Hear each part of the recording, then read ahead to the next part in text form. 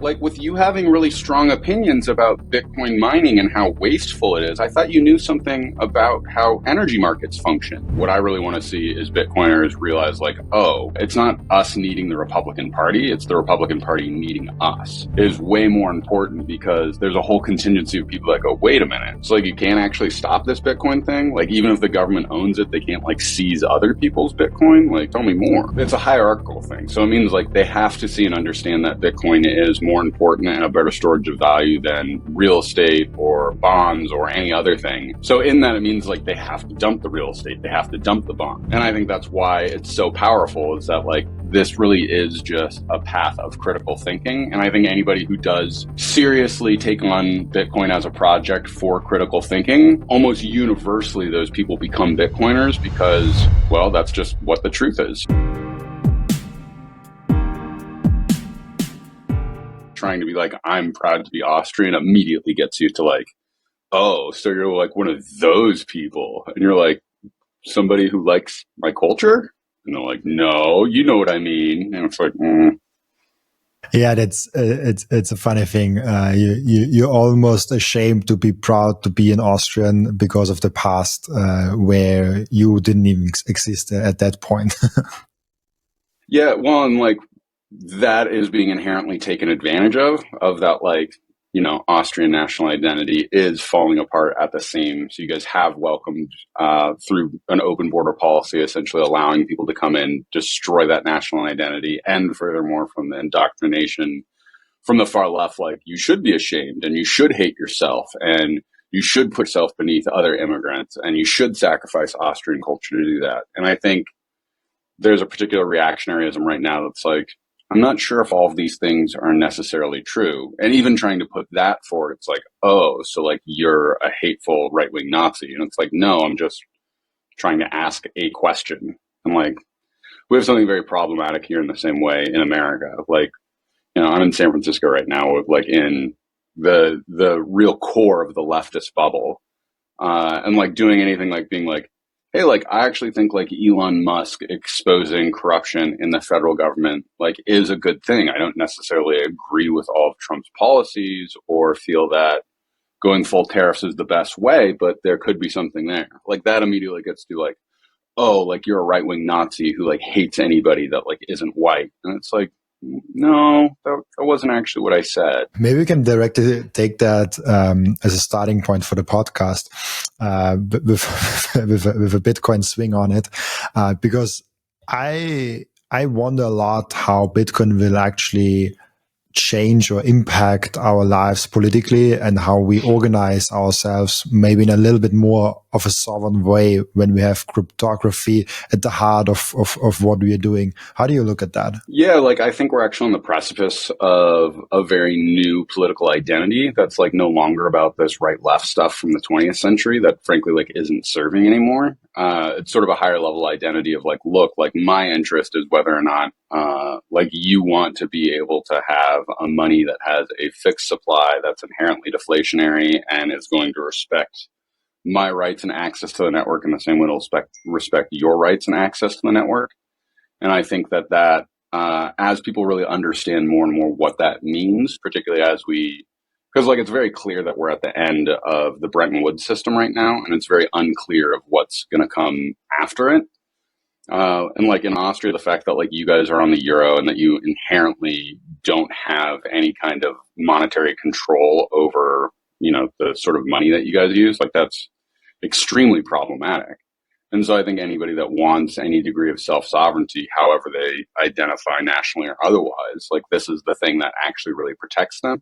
And I think it becomes the rhizome of a political movement because people go, oh, like if you're interested in free and self-sovereign money, like you probably actually have like strong, like classic liberal individualist ideas of that, like you're entitled to own your own money. Like you should have a right to freedom of speech. You should choose what to be able to do with your body. And so I think like Bitcoin really is a shelling point for people of all different political identities to essentially come to this sort of like radical moderatism. And like that radicalism is like, I shouldn't have control or power over your wealth and you shouldn't have that over me. And like that should be like a pretty basic agreement point that we can move forward from.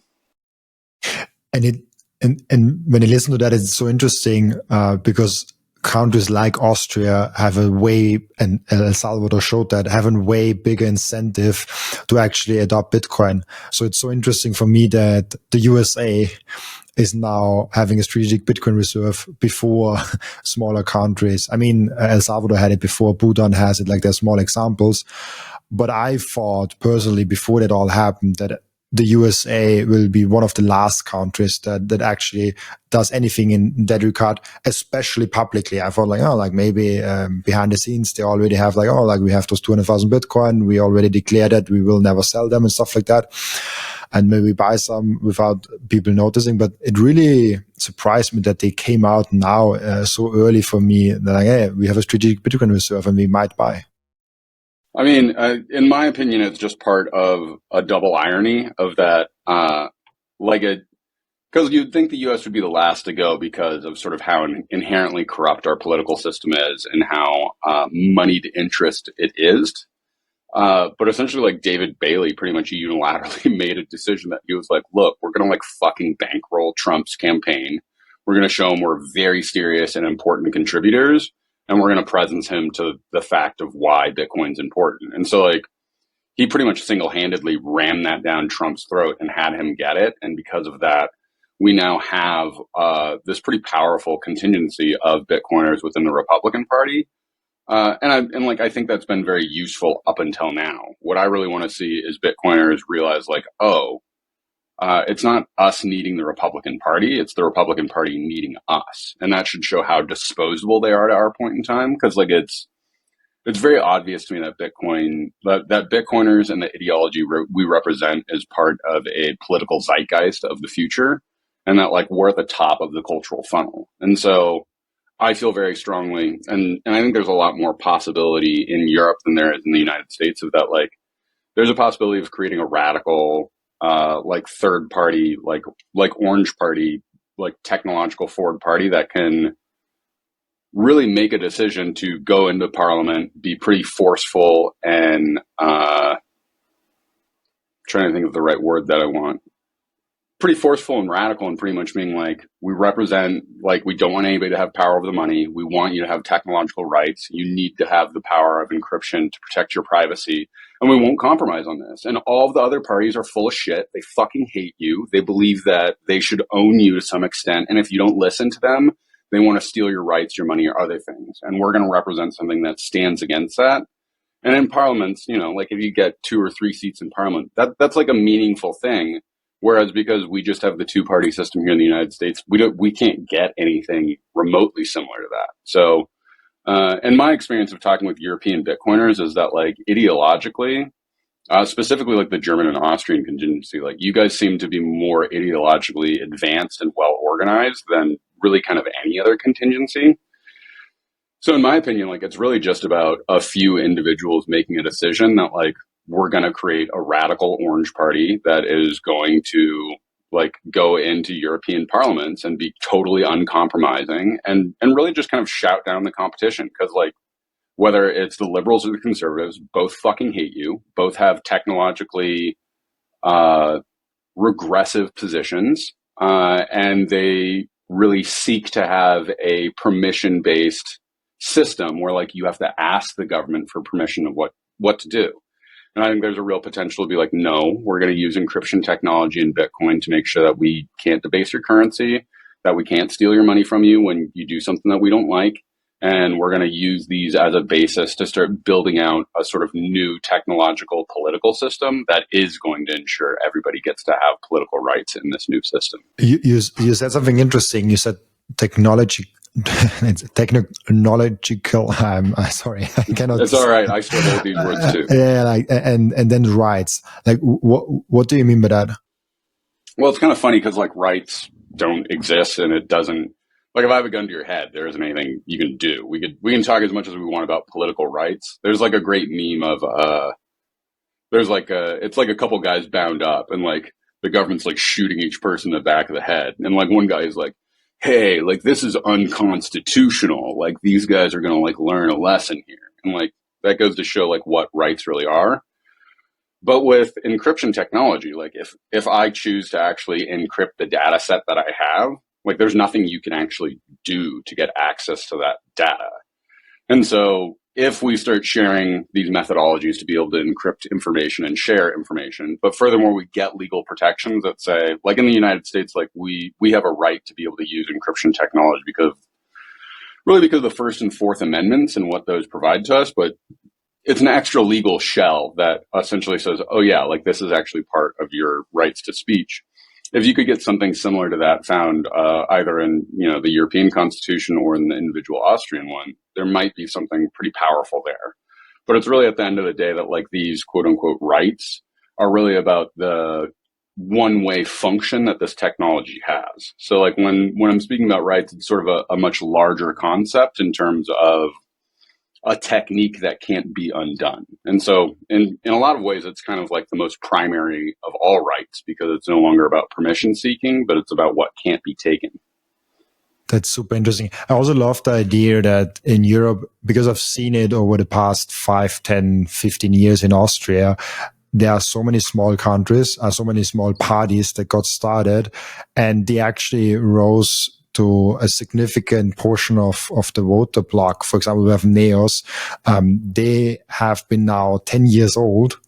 So they are like a 10 years old party, and they're now in the government, and they are now, what is it? The fourth biggest party in Austria, has like a 10% of all the voters, and 10% is a lot when the biggest one has 26, something like that. So 10% is actually a lot compared to that. So there are many examples that there's one party starting from zero and they can actually make it. There's 4%. You have to get at least 4% to get in the parliament in Austria, and like Germany and all the other ones have usually similar hurdles. You can make an orange party. There are enough Bitcoiner. There are enough, even outside of Bitcoin, there are probably technology warriors out there say like, hey, like I want the free internet, I want the free technology, and I want to use it the way I want to use it. And there might even be people that don't like Bitcoin in there that still would vote that party. Yeah, and like that's kind of where the solidarity would come from. Is look like Bitcoin's one of the tools that we're going to use for our people, but this is really about like an internet first and forward party that's going to use this to respect people's rights. And I think like one of the things is that like it needs to go to a very centrist position as opposed to being liberal or conservative to pull from both sides of the party. And my experience culturally with Austrians have been like, I think you guys are primed and ready for it. And the difference is that, like any traditional political party, you're going to kind of struggle to find funding. But like if you had a radical party like this, I think it would get bankrolled pretty easily and quickly, very similar to what Bailey did here in the United States. The difference is that, with there being a higher concentration of Bitcoiners in the United States, and also that we have this idiotic two-party system, we just had to have like essentially a highly concentrated amount of capital to get done what was done. And I mean, like Bailey helped Trump raise like $500 million or like some insane amount of money, which like definitely got his attention, which is why, last year he went to the Bitcoin conference and spoke and said all these positive things about Bitcoin. And it's not like Trump isn't ideologically aligned with us in any meaningful way. Like he's the most sycophant person that's ever existed. Like he just gives a shit about himself and getting more money for himself. And it turns out that like we happen to have money, and if he's willing to listen to us and help us out, like that's a good thing. And like I don't necessarily think an SBR for the United States is the right choice, or the way that they're trying to go about doing it's the right choice. But like on the last podcast I did with Danny Knowles on what Bitcoin did, I talked about like the Trojan horse of Bitcoin. And to me, like that's what's going on, is just getting this in front of people and paying attention to it is way more important, because there's a whole contingency of people that go, wait a minute. So like you can't actually stop this Bitcoin thing. Like even if the government owns it, they can't like seize other people's Bitcoin. Like tell me more. Like that's pretty interesting. So like I feel more bullish than I've ever felt before, because Bitcoin's finally entering into the dialogue of like, what is this in terms of the political that it has? And when I say the political, like I'm not just talking about political parties anymore. I'm talking about this truly revolutionary idea that like politics is the entirety of how we relate to each other socially, And how can we use this object to radicalize and overcome the current forms of government and the politics that we've all been sort of subjected to? That's interesting. Like the strategic Bitcoin reserve, the SBR, as a Trojan horse. Would you also count ETFs and institutional instruments as an Trojan horse for that? In a particular way, because like the interesting thing is like by them essentially realizing that Bitcoin is like the preeminent like storage of value object, like that, it's a hierarchical thing. So it means like they have to see and understand that Bitcoin is more important and a better storage of value than real estate or bonds or any other thing. So in that, it means like they have to dump the real estate, they have to dump the bonds, and like bonds, like that's supposed to be a core storage of value for people over the long term. And if there's something that is better and superior to that, and people start dumping it, like this is part of the Trojan horse, is that like if you're trying to tell people, well, you have to own bonds because, you know, it's important to the financial system, you go, but there's this other thing that has, you know, 25% Cargill over the last 10 years. Like why shouldn't I choose that over this one? It creates an inherent problem. And so it's like, to me, like the Trojan horse is actually displaying the real value that Bitcoin has over everything else. And subjectively, people will end up choosing that. And very much like ETFs, SBR, everything else, that causes for the dollar to collapse or other fiat systems to collapse because of that choice. And that's sort of how you give them enough rope to hang themselves. And so like that seems to be playing out pretty perfectly right now. And so very much in the ideas of Odell, I'd say like we're pretty much going to follow the mandible's path of that. Like we will go into a highly inflationary environment over the next 10 years. And that's explicitly going to be because so many people recognize how much more powerful and better a storage of value Bitcoin is over everything else. I love the sentence, you give them enough rope to hang themselves. Yeah, and like that's sort of what is happening, you know? And I find it pretty exciting. And it doesn't mean that like the shifts that are going to happen within this aren't going to be very tumultuous, but like that's just sort of where we're at in terms of the system that we inherited and how long we've kicked this can down the road. I have an interesting question that just came up that I've never even thought about. What do you think before the election, let's say Trump wouldn't have discovered Bitcoin, but or Bailey did not go, went to Trump and went to Harris, and Harris would have been the one that would have been pro Bitcoin, like almost really hard to imagine, but would have that been even possible? Like, do you think Bitcoiners would have also rallied behind Harris more if she would have had the same policies, except Bitcoin really aggressively, like, oh, I make a strategic Bitcoin reserve and all the same things that Trump said? I mean, like theoretically, if we could magically make that happen, sure. But like they're trying to deal with the entire bulk of like what liberalism represents at this point in time in America. Like it just doesn't align. Also, there's like some pretty deep right-wing reactionary stuff that's going on inside of American Bitcoin, just because like with it being an unstoppable thing, like there's been, you know, plenty of individuals that would probably identify as being like far right that have been integrated into Bitcoin, and their ideas, I don't want to necessarily say welcome, but at least tolerated because of what and how Bitcoin functions.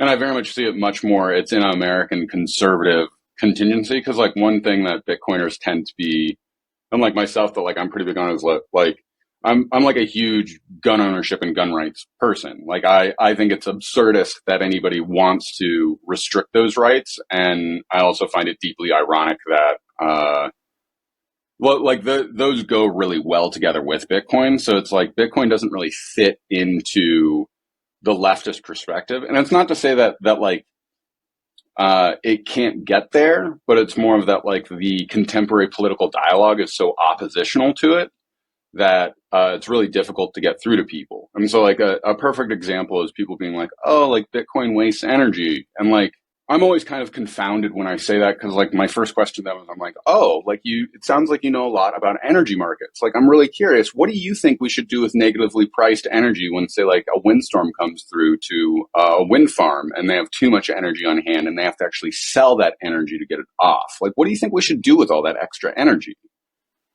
And usually the first question I get is, huh? And I go, oh, like with you having really strong opinions about Bitcoin mining and how wasteful it is, I thought you knew something about how energy markets function. But it sounds like you actually have just been listening to the talking heads on the television telling you how bad it is, and you don't understand this issue at all, do you? And it's kind of embarrassing for everybody because, like, that's really the truth about American politics at this point in time is everybody is highly uninformed, have very shallow viewpoints, but believe that they have a depth of those viewpoints because of the talking points that have been given. So I think if Harris had done something similar to a strategic Bitcoin reserve, you know, like I think it would be welcomed, but I think there would be very deep suspicion in addition to the fact of that. Like, I think it would kind of fissure and fracture Bitcoiners more than with Trump, because I think for the most part, we're ready to have them integrate us, but I think we'd be thrown for a loop with somebody like Harris. Because, like, even if Harris was like, I want an SBR and I also want to make sure there's an assault weapons ban, I'd be like, fuck her. I don't give a shit if they have an SBR if they're trying to take my guns away. Because, like, what's the point of Bitcoin becoming our national currency if my government can just come to my house and fucking steal it from me? So, good question. But yeah, like, it's pretty out there in terms of the possibility of it happening.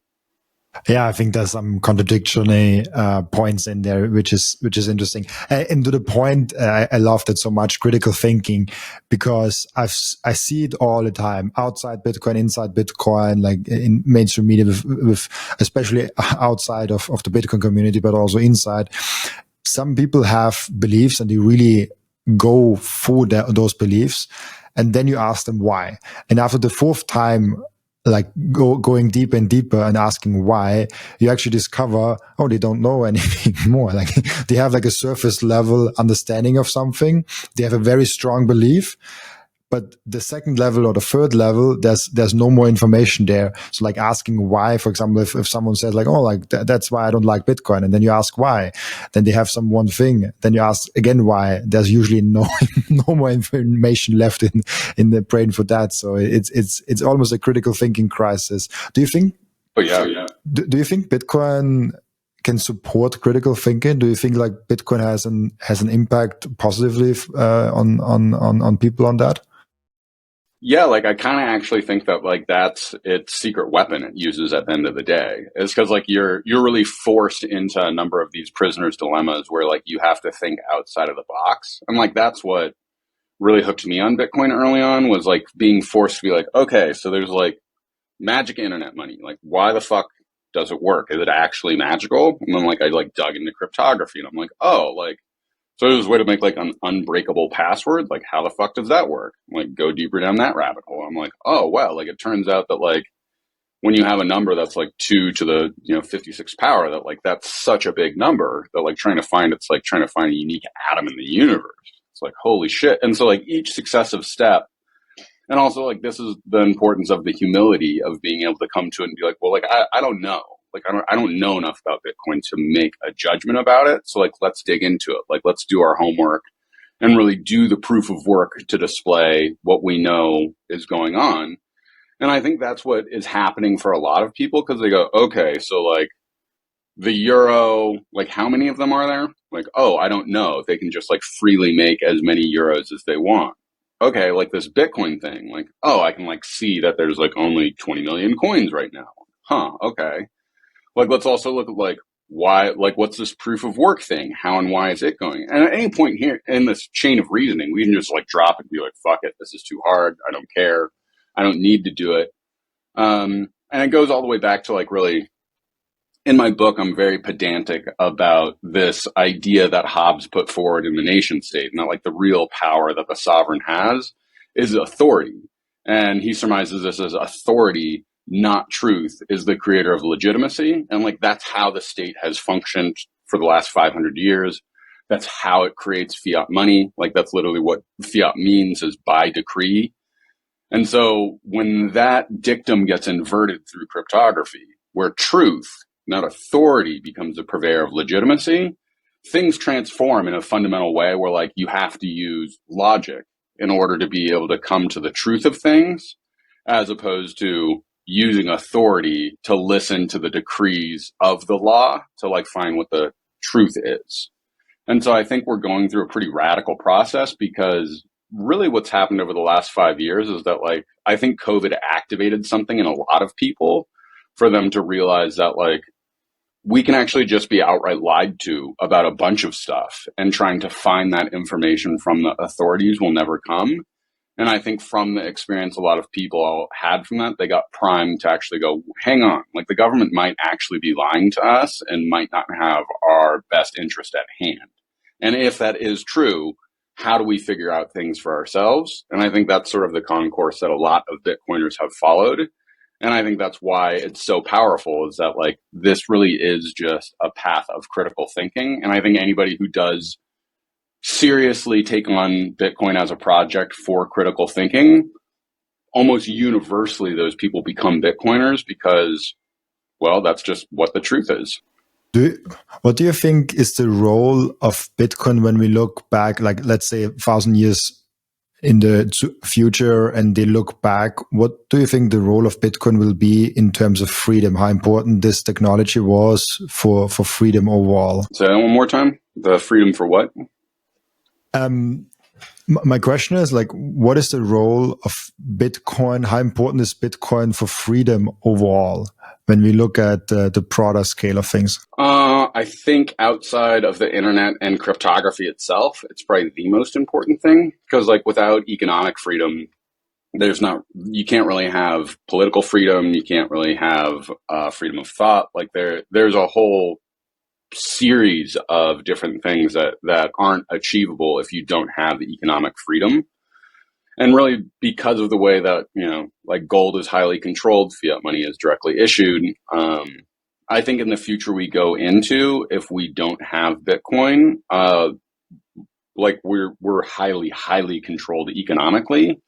And CBDCs are really scary because like, I could very much see in the EU, like if you use more than, say 20 liters of petrol a month, that they just go, you're cut off. Like you can't use any more petrol. You're wasting too much petrol, and you hate the environment. Also, like we're going to put a fine on you as well and steal money out of your bank account. And it goes to show that like economic freedom kind of is one of the key precipice of how we create freedom for ourselves, because if we can't have economic freedom without asking for permission for it, like that's not freedom. That's something pretty different from that. Yeah, like the permissionless aspect is the important part of freedom. If you have to ask for permission, then it's not yours. You don't have like the permissionless part is the most important part, I guess. Yep. Yeah, I think it's really dangerous and scary at how many people don't connect that. And to me, like this is a large product of just sort of where we're at developmentally, is that I think a lot of people don't understand just how powerful the internet is in like becoming a clickbaity, rage baiting machine that really directs thought in a particular direction. Yeah, and I think without something like Bitcoin to sort of help us counterbalance and be able to not only transact with each other, but like it's very clear to me that like the sort of ethos of Bitcoin, that like in the way that Nostr has sort of taken the ethos of Bitcoin and applied it to social media, like that's sort of the bigger picture thing that we need, is because like I see two very distinct futures in front of us. One is essentially we get like Chinese style technological panopticon, where everyone's surveilled all the time for whatever reason, and you never actually know whether or not you're being surveilled. The other one is we essentially invert these technologies on their head, encrypt everything across the board, social media, communications, all those platforms, blind the apparatus. And furthermore, through the creation of that, there becomes totally new methodologies of being able to share information and data sets through stuff like homomorphic encryption. And I think we get a really, really powerful vehicle that frankly also becomes like the new political apparatus of like how we solve the technological problems that seem to be facing society today. I love that. I sometimes have difficulty imagining how Nostr will gain mass adoption.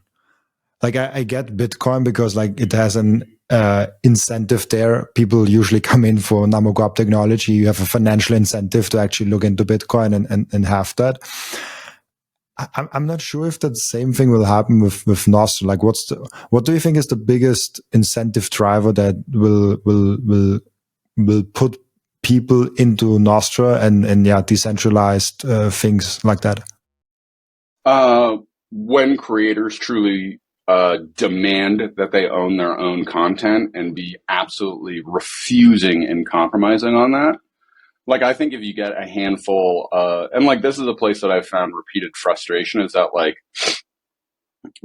I'm not interested in, and this is sort of true on a whole, is like, I'm not really interested in mass adoption. Like slaves are really interested in their slavery because like slavery is super appealing. Like, yeah, why should I like go and start my own business and take a risk where like I could be poor at the end? Like, why don't I just like sign up for slavery, pay my, like put in my 40 hours a week.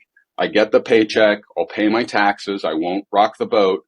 And like, I don't have to worry about shit now. Like I'm like free enough. I like get my food. Stuff's okay.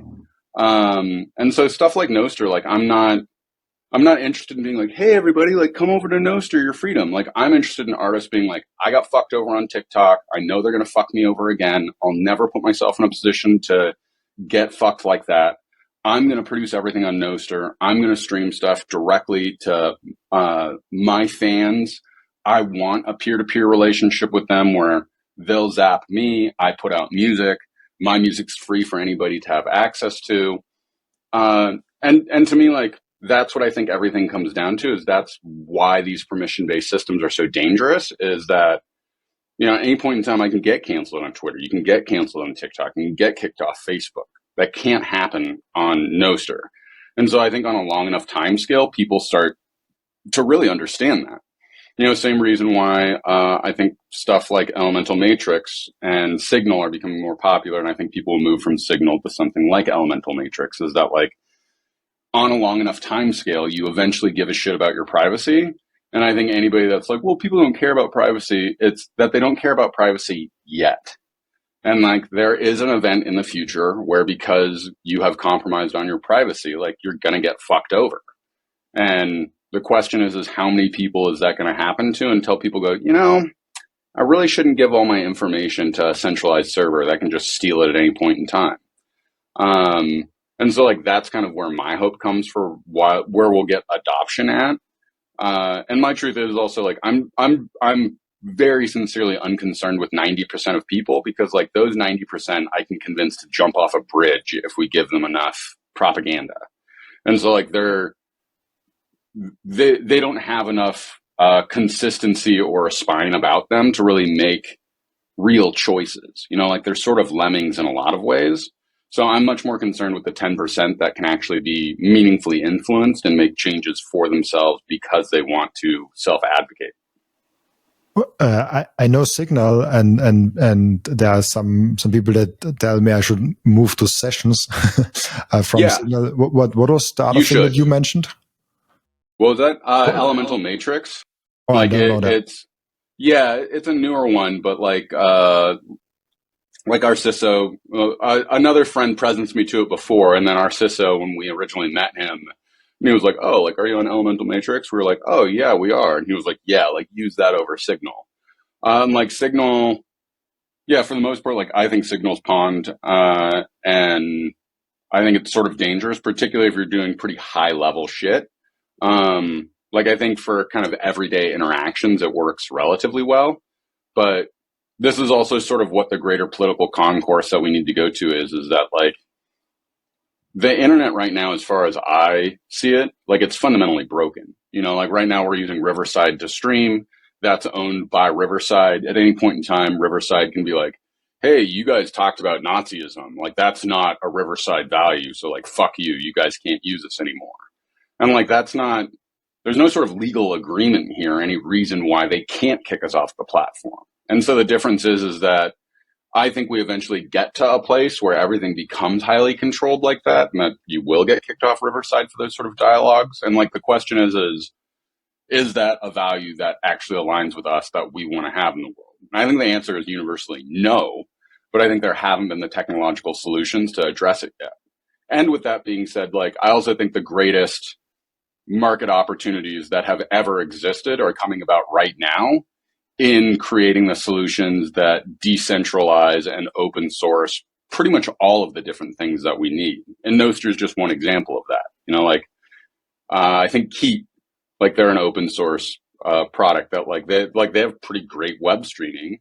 And I think eventually we find all of these sort of decentralized these products and web services that will run on top of Bitcoin and allow for them to exist in a decentralized way so that nobody can actually like shut down what you're doing or take your media from you. Let's take a break for a moment and appreciate the beauty that Coin Vigilante has made with the Bitcoin watches. Those watches are the most amazing, the most elegant way of showing that you are a true Bitcoiner. And Coin Vigilante just dropped a completely new and amazing Genesis edition of their watch collections. You have the date of the first ever mined Bitcoin block in there, and of course also the block height and which epoch we are currently in. I love the level of detail they put in this masterpiece. Make sure to check out those amazing Coin Vigilante timepieces down in the descriptions. I love those watches so much. And now if you have Bitcoin, I really do hope that you don't have it on exchange. But if you do have it on exchange, I have two ways for you to deal with that. The first way is you put it on a hardware wallet. That's the entry for you to get into the self-custody game. I recommend BitBox, Bitcoin only edition for that. It's a super simple and secure way. And if you check out the link in the description, you even get 5% off if you use the code Robin. And the second way is the Bitcoin Way. The Bitcoin Way is your all-in partner in terms of how to get the most out of your sovereignty. They will personalize for you a self-custody setup that is perfect for your individual situation. They will show you how you can secure your own devices. Securing your Bitcoin is not enough. You also have to keep all your devices secure. One topic that is overlooked often is the inheritance plan. What happens with your Bitcoin once you are no longer here? Do you have a plan for that in place already? And last but not least, if you're in the jurisdictions where you don't feel safe, it's better to get a plan B. For all that, head over to thebitcoinway.com/Robin to get a 30-minute free call. And just a quick side note, I will be for the first time ever speaking at the Bitcoin Prague event in June. It will be absolutely legendary and I'm really looking forward to seeing all of you there. You can get your ticket in the link down in the description of Bitcoin Prague, and very important, use code Robin to get 10% off your ticket. I'm really looking forward seeing you there. That's like almost a new form of the internet, and like we started the internet, all of a sudden there's big corporations and government co-opted it, and now we have to figure out how we make it in a non-manipulated way so central authorities cannot even co-opt it. Yeah, and like, to be clear, it started as both a government and corporate project. It like never was not that. But it's also with what asymmetric cryptography and peer-to-peer technologies provide and created sort of in a pretty interesting and different way. There's a massive opportunity to be able to do that. And to me, like, the creation of that new structure of the internet, like, is the political apparatus of the future. Because like, once we sort of get that and we have all of our technologies and services built on these decentralized federated layers, like, the nation state starts to matter a whole lot less. And their ability to enforce, empower, and also just straight up steal and punish you also becomes a lot less. You also become much more empowered because you now have very real privacy that allows for you to selectively reveal your identity in the context that you choose to do. You know, and for me, like, this was one of the things that really orange pilled me pretty hard when I learned about it was like when I first learned about the Silk Road, and I was like, wait, like I was like, hold up. You can use magic internet money to like buy drugs on the internet, and like cops aren't going to show up to your house and hurt you. And I was like, this is probably one of the most important developments of the 21st century, because like not only are people getting well-tested drugs that aren't polluted in ways that could very actively kill people, but now there's this provable method that like you can do stuff that your government doesn't want you to do and they can't stop you. And I was like, whoa, all right, there's something really powerful and important going on here, and I should dig deeper into it. And whatever your feelings about drugs could be, it's more about what does it mean that, you can have a Christian in Pakistan can buy a Bible now and like they're not going to get fucking murdered for it. Like that's pretty important. Same thing. Woman in Pakistan who's in an abusive relationship and isn't allowed money, she can actually get Bitcoin on her own and use that to get herself out of the country. And like, to me, those are the most important developments, because now we have this whole class of people who have not been able to access very basic, what we would call human rights, can actually do that on their own purview and choose to do that for themselves, and nobody can stop them. Yeah, that's pretty powerful. That's really powerful. I had an African woman on the podcast who basically was exactly going through that journey with her husband, and she shared that story, and she was like, she had no way of getting any money outside of Bitcoin because all the bank accounts were controlled by the husband, or everything was controlled by the husband, and Bitcoin was the only small escape patch where she was like, oh, I can save in that. That's the only thing that I can control and nobody can take away from me, because the bank will not give me anything because they know the husband doesn't want that. And I'm like a guy living up in Austria that's really foreign for me, because in Austria it works differently, but it opens your mind to how important Bitcoin is outside of just storing value. Yeah, and like my honest truth is like I don't give a fuck about the storage of value dialogue or the Michael Saylors or the number go up. Like to me, Bitcoin is universally for the global South. Like this is for people, 1 out of 2 people in the world don't have access to banking services. Every other person on the planet can't even get their hands on any meaningful money.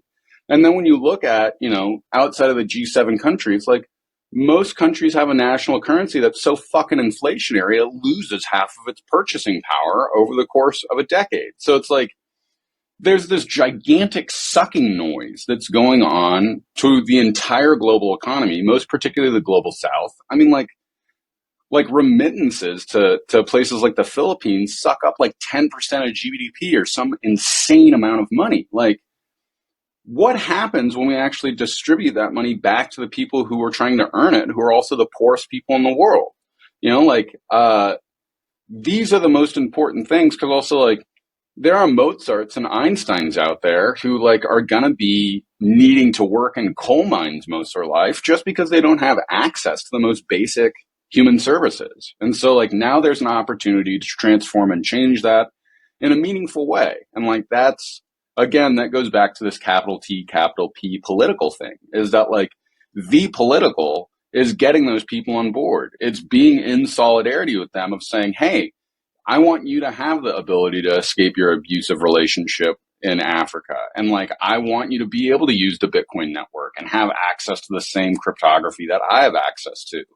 And it's through that solidarity that I think we do actually get a new global movement. And it's sort of funny, like part of my political perspective is that like we're watching this really insane synthesis of like all prior political theories where like and this is sort of a la Alexander Dugin, is that like he presents in the fourth political theory that like there is this sort of future form of politics.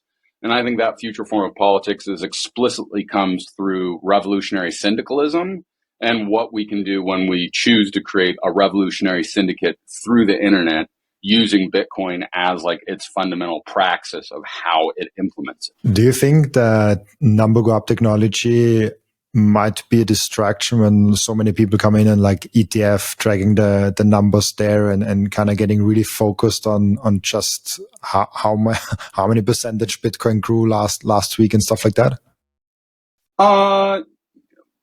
It's hard to say, and like this is more the Trojan horse thing, is that like getting financial bros on board to give a shit about Bitcoin because number go up is in solidarity with like Bitcoin as being a peer-to-peer payment system that anybody can access anywhere.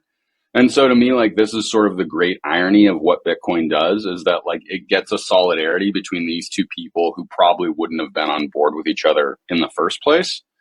And so like I personally do find it distracting and like a little gross too, because like yeah, like I'm not terribly interested. Like, there's plenty of ways to go make money, and like if you're just interested in trading Bitcoin to make money, like I don't really think we're ethically aligned. But if you want Bitcoin to be successful, because number go up is like a great thing for people on a whole, because like what does it mean to have deflationary money and government not to have control of it and the ability to be self-sovereign with it?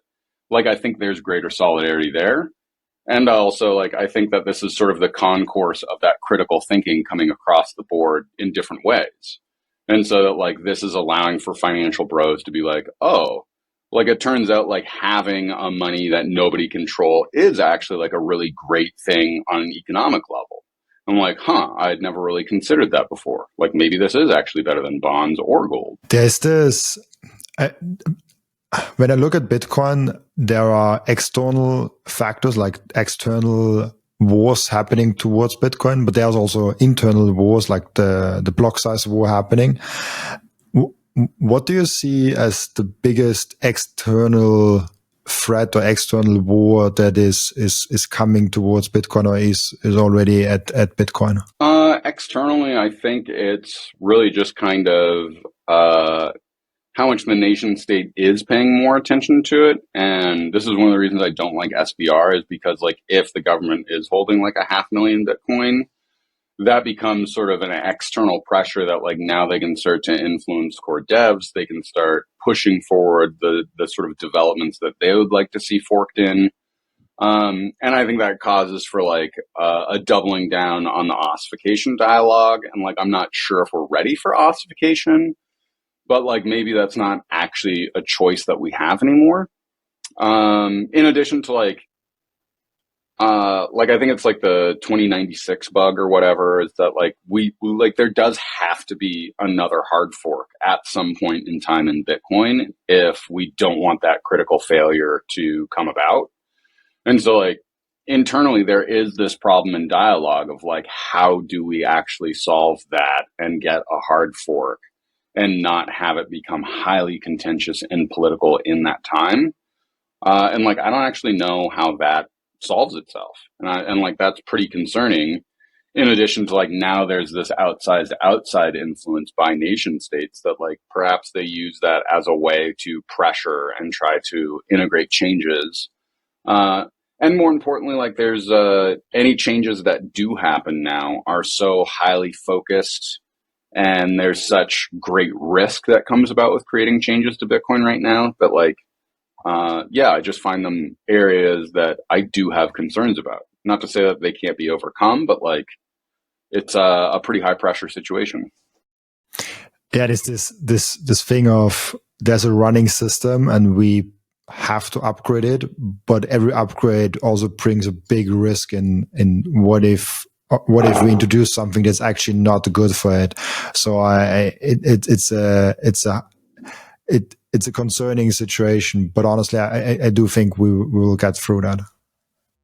I think so too. And I mean, like to me, one of the more exciting things is that like, I mean, like the development of like the whole Bitcoin podcasting space has really only been something over the last, 5 to 7 years. Bitcoin itself is only 16 years old. Like this whole thing is really, really young still. And that's why I want to see this sort of political development come out of it. Because to me, like, it obviously is very political. And I think without a strong political, ideological, intellectual approach to like what's going on here, why isn't it important, and why do we want this to be something that is part of our lives, I think without that, like Bitcoin can just become a high-powered banker's tool. And like, I don't think that that's what its destiny desires for it. But I also think that like there's a very real danger it gets lost in that if there isn't a powerful advocacy for it from this sort of philosophical side.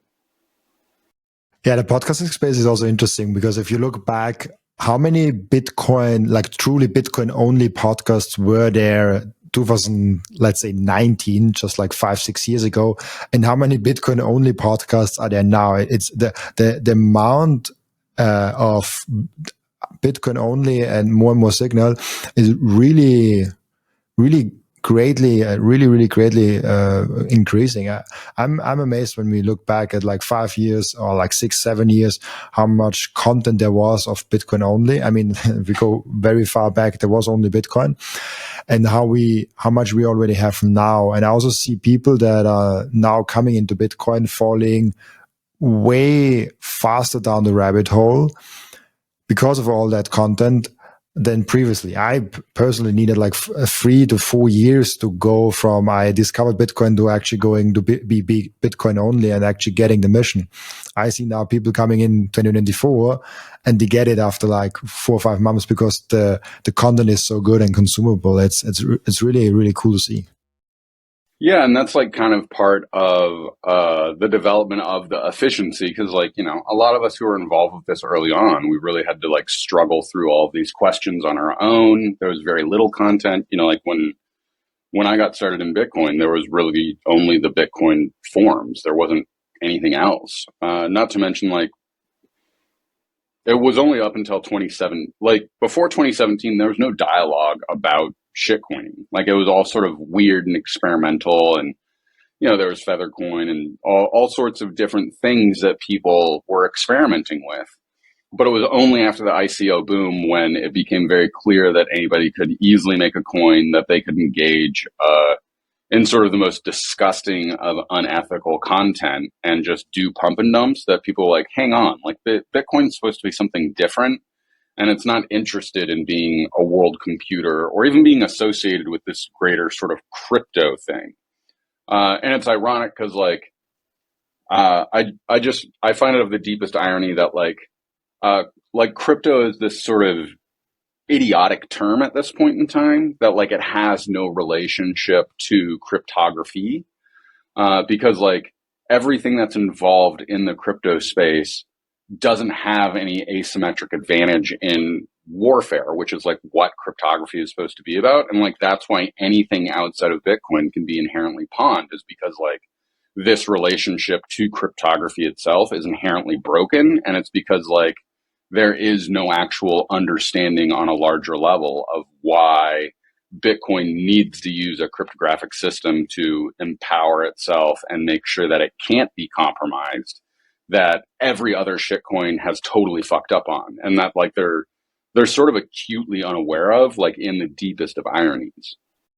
For me, the block size war was really that was the one thing that I've seen in history, because I got Orange Pill in 2020. But when I read about the block size wars and really went deep on there, I was like, oh, that's why Bitcoin is strong, because of the community, because of the community that really holds true, even though the industry is moving maybe in a different direction. From what I understood is the industry, even the miners, famous people inside, move towards bigger blocks.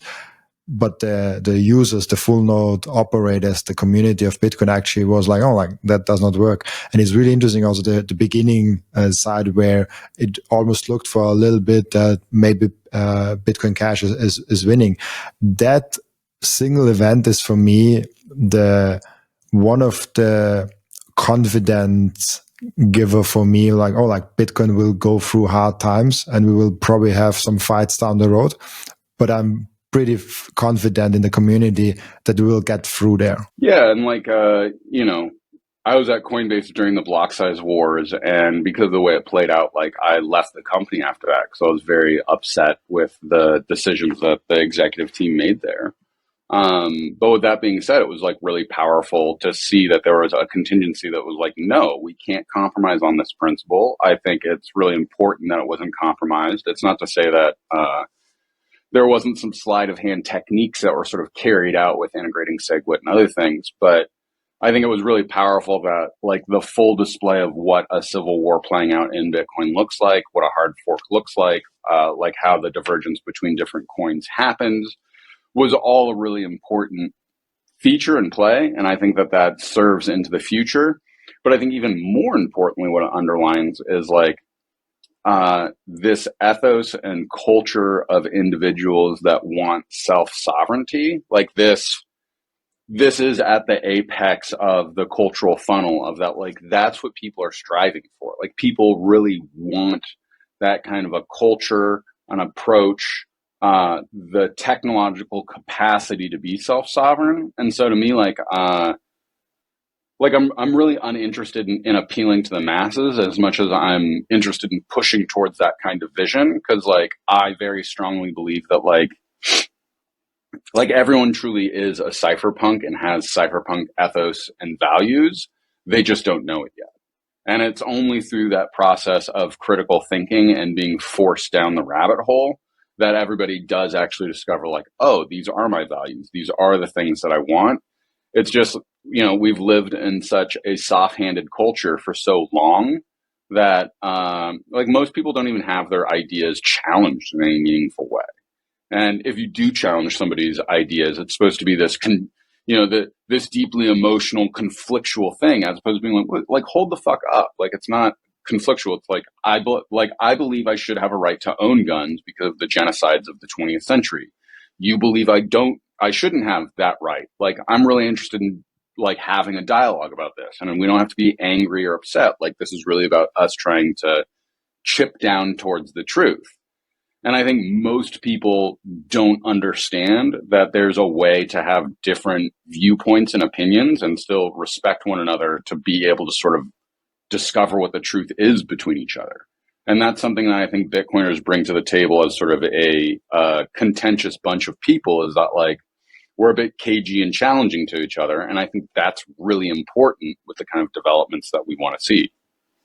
Do you think that emotional reaction when people challenge each other outside of Bitcoin comes from broken money? On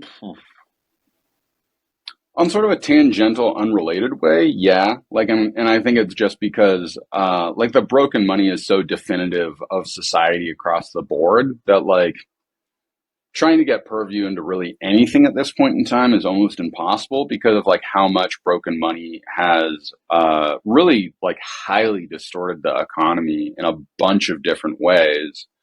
In addition to like one of the craziest things is that like trying to save in fiat money means that you're trying to save this thing that's inherently evaporating away. So like everyone sort of has to have this paranoid schizophrenic view of money, of that it's a super scarce resource that we always have to try to be gathering more and more of, as opposed to a deflationary economy where it's like, I have my one Bitcoin. I know it's slowly going to accrue value over time. It's like a real savings vehicle.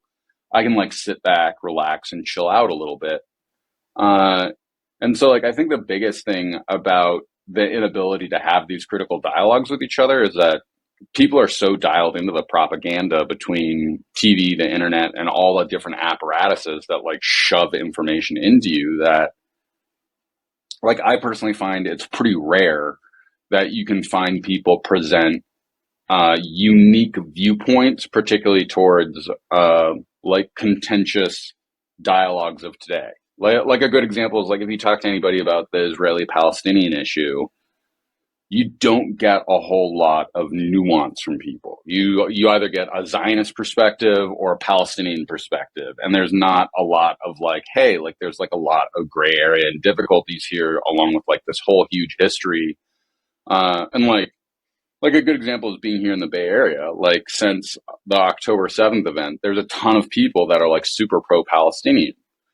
Like that's neither here nor there. Like the thing that kind of blows my mind is I want to be like, you guys get that like this has been happening to the Palestinian people for like 70 years, right? Like this event that started wasn't like really terribly unique within the Israeli-Palestinian conflict. It seems like you're only paying attention now because there was this big event that got your attention and hooked you in. And because you were hooked in that same way, you took a pretty normalized path towards your understanding of it, as opposed to like getting that like there's this whole gigantic history that's built up to this event. Yeah, and so like I really think that the dialogue is much more of a product of people's exposure to propaganda and their inability to reason outside of those sort of propagandic channels. Yeah, it's super interesting. It's also because I personally don't have any opinion on that, and it's super interesting when you bring that up. For example, when you go to a family gathering and there's a topic coming up, let's say Israeli, and people are like, oh, like what are your thoughts? And I just say, oh, I've not looked into that. I have no opinion on that. People almost get upset, like, how can you not have an opinion? And I've not looked into that. I'm not No, it's willing like to there's have a genocide going on, Robin. Are you a piece of shit? Like, how could you not have an opinion about that? And you're like, because I haven't read into it, you know, and like it, and that's like a good example is also like,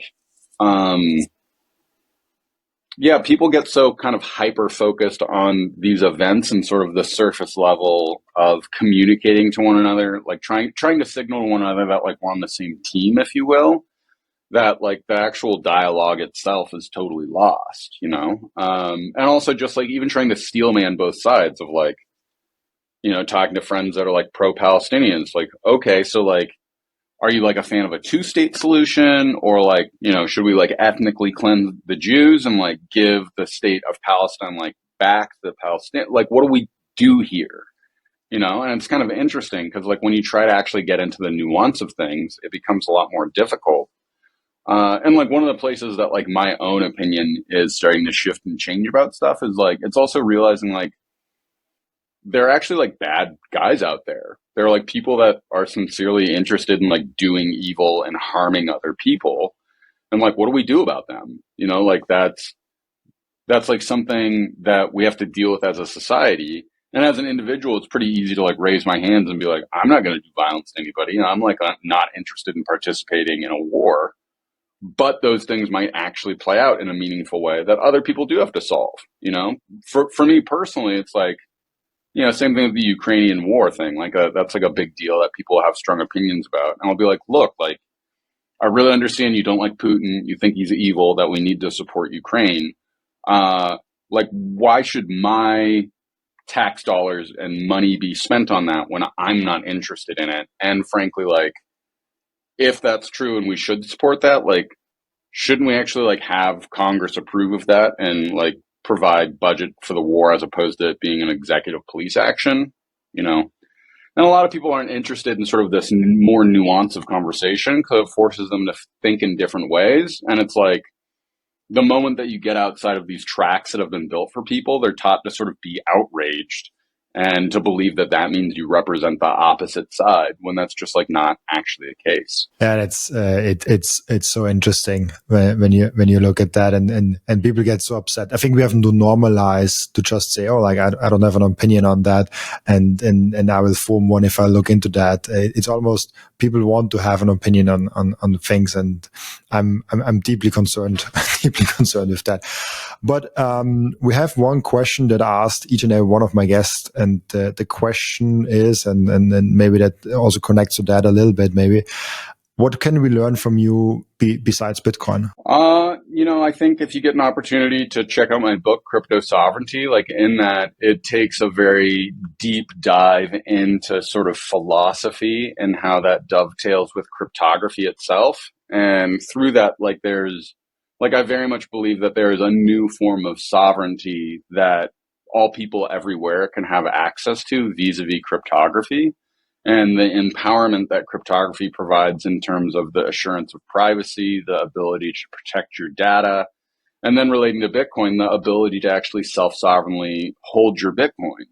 And like, I very strongly believe that everyone should own some small amount of Bitcoin and be able to recover that easily and quickly through, you know, whether you memorize a seed phrase or you figure out how to set up a multi-sig that you have access to in multiple jurisdictions or whatever. But like, you never know when like you're suddenly going to become the enemy and that you are cut off from your bank accounts. Or a good example is like here in California, we've had a number of fires, and like I've had friends that have lost their homes and everything, and like they even their bank burned down, where, and so like the only access that they had afterwards was to some small amount of Bitcoin that like they could access in this way. And to me, like, it's really about safety at the end of the day.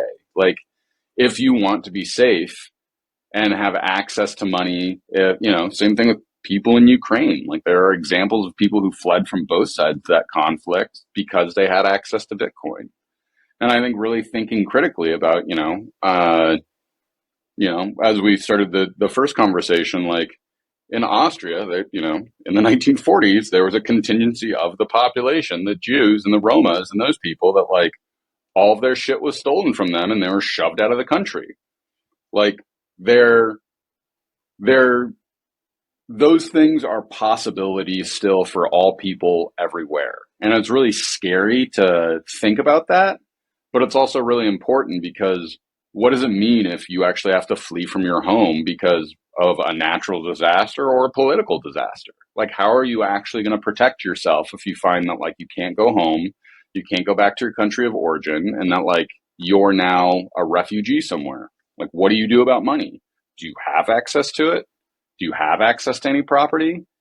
And so I think that's one of the really important things. But if anybody has an opportunity to get my book, it's also really important that like you can really drill down pretty deep into these issues of like, why is Bitcoin important? How does it provide this sort of new political substrate? Like, what does it even mean that we have access to these tools and technology for the future? And I think just really trying to think hard about all of the problems in front of us is really important, because there's a lot of innovative and thoughtful solutions that can kind of come about just from doing that. That's really good. I love that. Gives me a lot of the possibility of some disaster makes you aware of how important it is to have something like Bitcoin, or even beyond that. But money is so fundamental and so important to take that first. Really cool. We have an routine in the podcast where the previous guest is asking a question for the next guest without knowing who the next guest actually is. And the previous guest asked you an interesting one. In what year did Bitcoin become, or will Bitcoin become, unstoppable?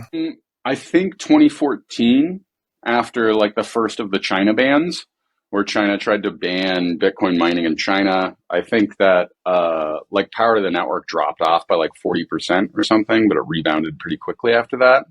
And to me, that was like a pretty clear signal that we had kind of crossed the Rubicon on that.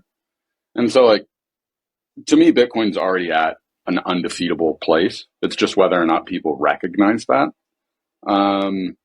Yeah, and I think like that is part of the ultimate political task of Bitcoin too, is really making it clear to people that like it's not going away, it can't be defeated. There's no way for any single nation state to sort of take over Bitcoin, and we're witnessing that more and more as we go into the future. And so, yeah, I mean, my own view of all of this has become much more casual. Is that like I don't feel some strong desperation to get out and convince everybody that like they need to get on Bitcoin. In fact, like I'm pretty jaded about it.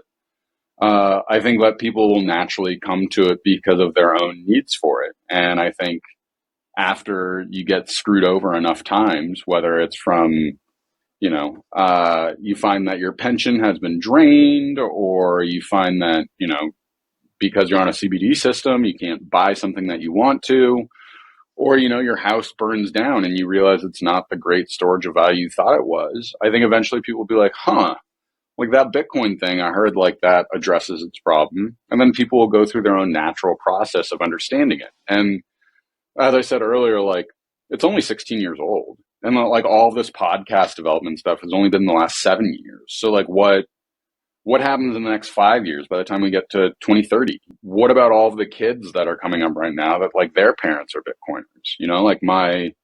Like I know my children are like pretty uninterested in the idea of like a bank account and traditional savings. And so like, I think we're just moving into a phase of power where like the old system has to die off. And also, like, it's really important that old system dies off. Like, look at the wealth disparity between the boomer class and, like, Generation X right now. It's, like, really, really disturbing. And I think, like, the only way that Gen Xers and below are going to actually protect themselves is with something like Bitcoin and just straight up abandoning the old financial system. And like, as that system collapses, governments are going to freak out and be like, you guys got to participate in the pension system. And hopefully there will actually be political contingencies and parties at this point. They'll be like, no, like, fuck you. You guys fucked this whole thing up. You guys are made it so that the pension system will go to zero. And like, that's fucking on you. Nothing to do with us.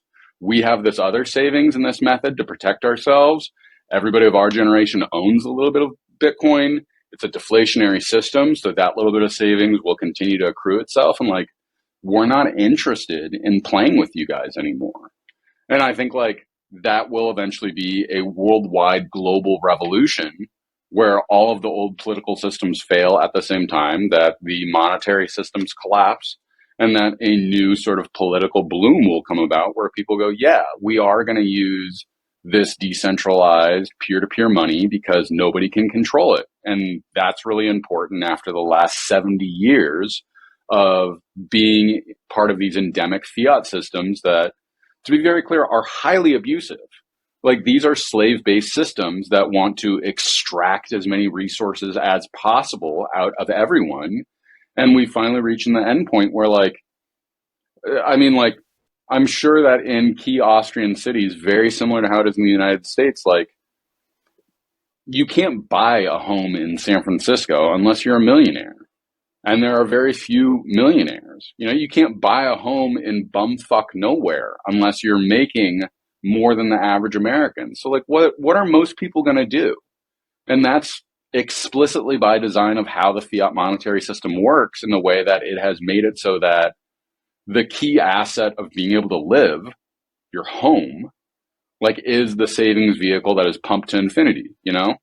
And it's really sad and despotic and abusive. And I hope at some point people will go, and you don't have to do it anymore. You don't have to get on the hamster wheel. You don't have to save your money in shit that's going to inflate to nothing. And you have the ability to actually protect yourselves with a storage of value that we can prove to you can't get printed up, and that there is no sort of emergency decree that can change how that system functions. Like, it's there, and that's reserved for you and you alone. That's so beautiful, and I do hope we come to that future, and I'm very certain above that. Really cool. Thank you so much, Erik, for being on the podcast. Before I let you go, where can people find you, ask you questions, and reach out to you? I have a website, cryptosovereignty.org. I'm still lurking around on Twitter. My handle's just Erik Cason. But Nostr is the place that, like, I'm usually on. If you're unfamiliar with Nostr, you should get on there. It's a decentralized peer-to-peer social network, so, like, you can't get canceled. So if you like to say pretty spicy stuff, or if you have alternative political views, Nostr is probably a pretty great place for you to be, because you can say whatever wacky stuff you want and people can't stop you from saying it. People can definitely stop listening to you. So I would suggest not being super rude and unkind, but, you know, you do you. Yeah, it's like the free market. You put it out there, and if nobody likes it, that's your feedback from the free market. Exactly. You know, so go experiment with the free market and see what happens. Really cool. Thank you so much, Erik, for being on. Also, thank you so much for everyone that is watching and listening, for joining us today. As always, I'll be back tomorrow with another episode. Bye-bye.